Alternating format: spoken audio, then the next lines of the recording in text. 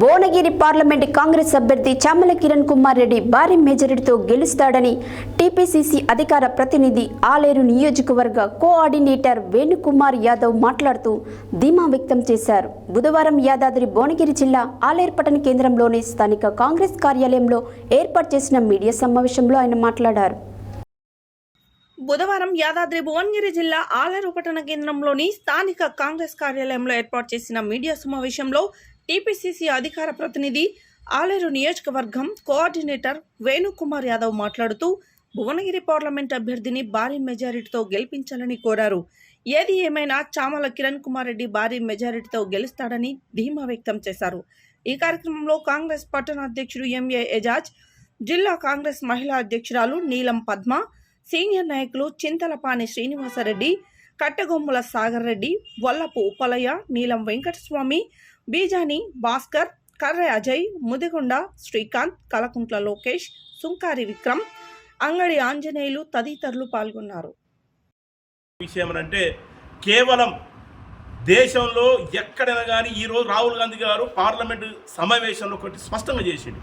భారతదేశ పార్లమెంటరీ వ్యవస్థలో పరిపాలన విధానంలో దాదాపు 92% మంది అగ్రవర్ణాలు ఈరోజు ఐఏఎస్లు ఐపీఎస్లు ఉంటే 9% మంది ఎస్సీలు బీసీలు ఉంటే ఎక్కడ మీకు ఫలాలు అందుతాయని చెప్పేసి స్పష్టంగా భారత పార్లమెంటరీ సమావేశంలో చెప్పిన తర్వాత ఈరోజు ఆలోచనలో పడి కులాల మధ్య మతాల మధ్య చిచ్చు పెట్టే ప్రయత్నం చేస్తుంది భారతీయ జనతా పార్టీ. ఇది కేవలము బడుగులకు బలిన వర్గాలకు ద్రోహం చేస్తున్నటువంటి పార్టీ ఈరోజు బీజేపీ అనేది చెప్పక తప్పదు. కాబట్టి బీజేపీ నాయకుల ఖబర్దార్. ఒకవేళ మీరు 10 సంవత్సరాల నుంచి నరేంద్ర మోడీ గారు గొప్పలు చెప్తున్నారు, అమిత్ షా గారు గొప్పలు చెప్తున్నారు. ఈరోజు మీరు 10 ఏళ్ళు పరిపాలించినప్పుడు మీ అభివృద్ధి ఏందో చెప్పండి. ఏం చేశారో చెప్పకుండా కులాల మధ్య మతాల మధ్య పెడుతున్నారు. సంవత్సరానికి 2 కోట్ల ఉద్యోగాలు ఇస్తున్నారు. మీరు పరిపాలించే 10 సంవత్సరాల్లో దాదాపు ఇచ్చినటువంటి 21 లక్షల ఉద్యోగాలు ఇస్తే ఇంకా దాదాపు 19 కోట్ల ఉద్యోగాలు దేశంలో రాలేవనంటే ఎంత బాధాకరం. ఏదైనా ప్రాజెక్ట్ తీసుకొచ్చారా?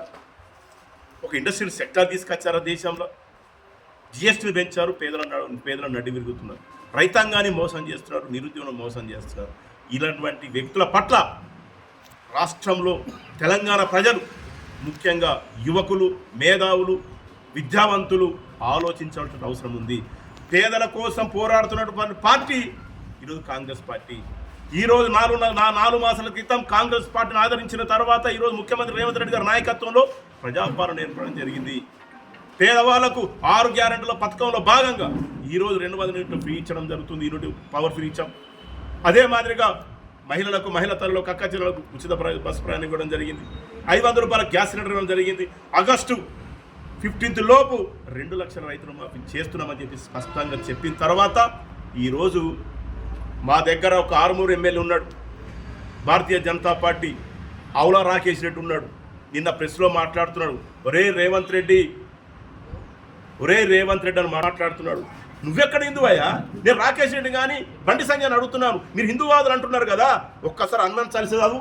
నేను చదువుతా హనుమాన్ చాలీసా చదివినాడు. నువ్వు ఎట్లా హిందువు అవుతావు? ఏ కవచనంతో గౌరవ ముఖ్యమంత్రి రేవంత్ రెడ్డి గారి మీ ఆరోపణలు చేస్తే ఖబర్దార్ బండి సంజయ్, ఖబర్దార్ రాకేష్ రెడ్డి నీ చరిత్ర మొత్తం తెలుసు. సైకిల్ మీద పోయినోడివి ఈరోజు ఏ రకంగా అయినావు? దుబాయ్లో ఏం దందాలు చేసినావు? గంజాయి ఏం దందాలు చేసినావు? ఏ రకంగా మానవ అక్రమ రవాణా చేసినావో ఆర్మూరు ప్రజలకు, పాల్గొన్న ప్రజలకు, నిజామాబాద్ జిల్లా ప్రజలకు తెలుసు. భారతీయ జనతా పార్టీ నాయకులారా ఖబర్దార్, మతాన్ని అడ్డు పెట్టుకోకండి, కులాల మధ్య మనసుల మధ్య చిచ్చు పెట్టకండి. ఈరోజు అదే మాదిరిగా భువనగిరి పార్లమెంటులో యువ నాయకుడు, యూత్ కాంగ్రెస్ జాతీయ ప్రధాన కార్యదర్శి, పిసిసి ఉపాధ్యక్షుడు చామల కిరణ్ కుమార్ రెడ్డి గారు గెలుపు తథ్యం. ఈరోజు భువనగిరిలో ఈరోజు ఆలేరు నియోజకవర్గంలో మేము చూస్తున్నాం. ప్రజలు భారీ స్పందన లభిస్తుంది కాంగ్రెస్ పార్టీకి. తప్పకుండా కార్యకర్తల అండదండలతో, ప్రజల అండదండలతో కాంగ్రెస్ పార్టీ భువనగిరి పార్లమెంట్ అభ్యర్థిగా చామల కిరణ్ కుమార్ రెడ్డి గారు గెలవబోతున్నారు. ఇది తథ్యం, విజయం తథ్యం అని చెప్పేసి అదే మాదిరిగా కాంగ్రెస్ పార్టీ బీసీ కులగణనకు ఫిబ్రవరిలో జరిగినటువంటి 15న జరిగినటువంటి అసెంబ్లీ సమావేశంలో గౌరవ ముఖ్యమంత్రి కేబినెట్ తీర్మానం చేయడం జరిగింది. దీనికి భారతీయ జనతా పార్టీ నాయకులు వ్యతిరేకమా అనుకూలమా స్పష్టం చేయాలని చెప్పేసి నేను డిమాండ్ చేస్తున్నా. ఈరోజు బీసీలకు వ్యతిరేకంగా ఎవరు మాట్లాడినా మీకు రాజకీయంగా పుట్టగదులు ఉన్నాయని చెప్పేసి కాంగ్రెస్ పార్టీ తరఫున హెచ్చరిస్తున్నారు.